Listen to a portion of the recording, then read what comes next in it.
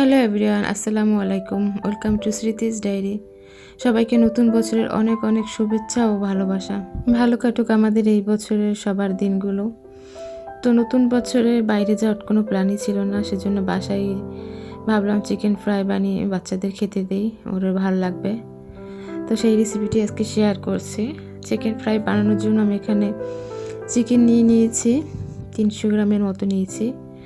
তো এখন চিকেনের ভিতরে আমি আদা দিলাম, 1 চামচ আদা বাটা, 1 চামচ রসুন বাটা, আর দিয়ে দিয়েছিলাম সয়া সস, লবণ, মরিচ। এগুলো দিয়ে আমি ম্যারিনেট করে রেখে দিয়েছি ঘন্টাখানেকের জন্য। এদিকে শুধু চিকেন রান্না করলে তো হবে না, সাথে ফ্রেঞ্চ ফ্রাইও লাগবে, সেজন্য আমি ফ্রেঞ্চ ফ্রাইয়ের জন্য আলু সেদ্ধ করে নিয়েছিলাম।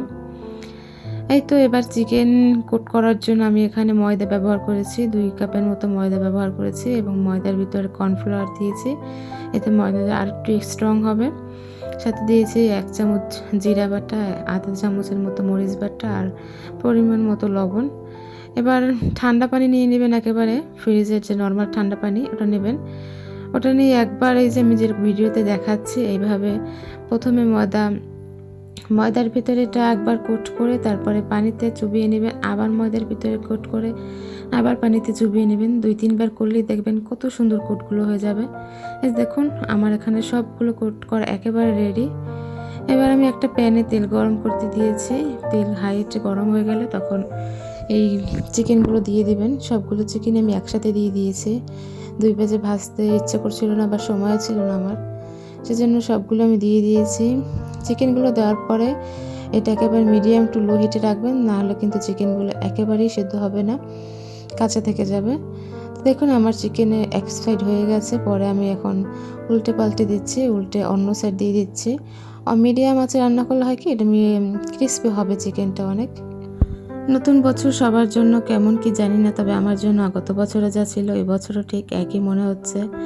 আমার জন্য শুধুমাত্র ক্যালেন্ডারের পাতার দিনগুলো পাল্টেছে, আর ছাড়া আর কিছুই না। নতুন বছর আমার সেলিব্রেট করারও কিছু নেই, বা নতুন বছর আলাদাভাবে আনন্দ করার মতো আমার কোনো কারণ নেই। ছেলেদের জন্য জাস্ট রান্না করে খাওয়ালাম, এই পর্যন্তই।